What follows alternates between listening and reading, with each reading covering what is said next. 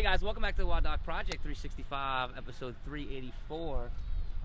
I found myself out here in Muscle Beach, California, waiting to go to CrossFit Games tomorrow, and bumped into this awesome, lovely person named Stephanie, and and she showed me just how bad my core integrity actually was, the ability to stabilize, you know, with these like really unstable surfaces.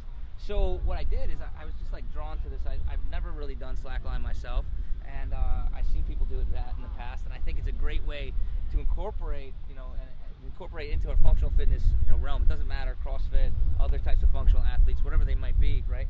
Training, core training and core integrity probably would help just about anybody, wouldn't they? Yeah, definitely the neurological aspect of this.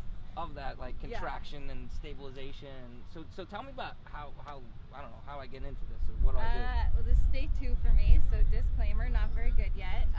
See, that's what I did. I went to the professional yeah, to get all the professional advice here.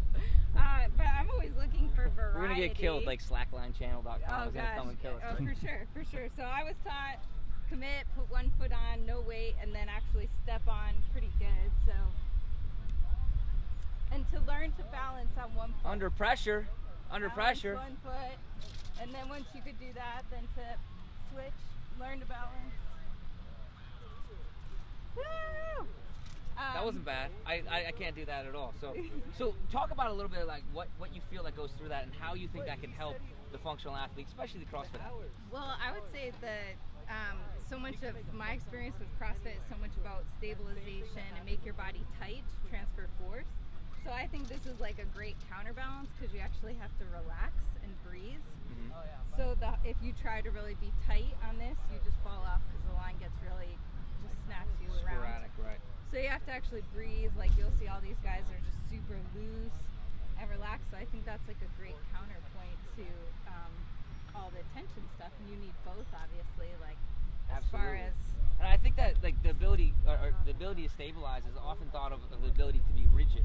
Right. You know, like when we think about cleaning and power cleaning or jerking or anything or snatching, we think about rigidity as stability, and that's not actually what that is. It's just the ability to resist motion while it goes through whatever that dynamic flow it is that we're trying to do.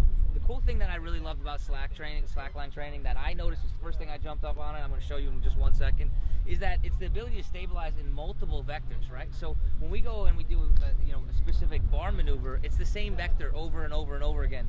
So we kind of get adapted to that one vector, where this, man, it just seems like everything's kind of changing and going all over the place, right? Yeah. So how would you suggest if I was like, okay, I'm going to start this out, besides do it over water so you don't die, right?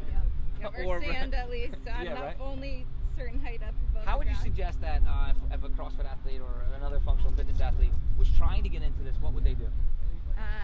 Well, I mean... Get a slack line. Get a slack Point line, one. that's important. It seems like these ones with the clips are definitely, you know, you can adjust the tension really easily. Mm-hmm. So you want it to be a little lot of more, tension or a little tension? I think more tension so far in my experience makes it easier. Okay. So the ones that are really loose and long over here, definitely harder. And you want to stand up closer to the pole, where it's attached. What about getting closer, like poles closer together versus longer apart? Shorter line is going to be more easy. So for these guys, the ones that they've set up that are farther apart are definitely harder. The more slack there is, then the more movement there is. So I was taught to stand about here, a little bit closer to the pole. Any other questions? No, we're good for that. All right, so I'm going to try this. Okay. Josh, I need you as my step. Yo, you have to. All right. It has to happen. I can't fall over and die. No, I only want to balance. Okay. So the thought process that I was told is that we have to do absolute commitment when we start to come up. So it's zero tension to a lot of tension. And you can see like when I contract really hard how that'll kind of start moving all around versus if I kind of have this soft or Derek Jeter type of knee, right? Bent knee but still tight hip, right? I can kind of start to relax. Oh! Almost died there on camera. All right, so here's the thing, guys. The overall thing is incorporate good functional exercises such as this. I think slackline's do an awesome way of doing that because it's incorporating different vectors of stability, right? And I think it just really incorporates really well into different ways at which we can increase our core integrity. And Stephanie, thank you so much for allowing me to put you on the spot here. Oh, you're welcome. Never met. We met like 5 minutes ago, so I think this is really awesome.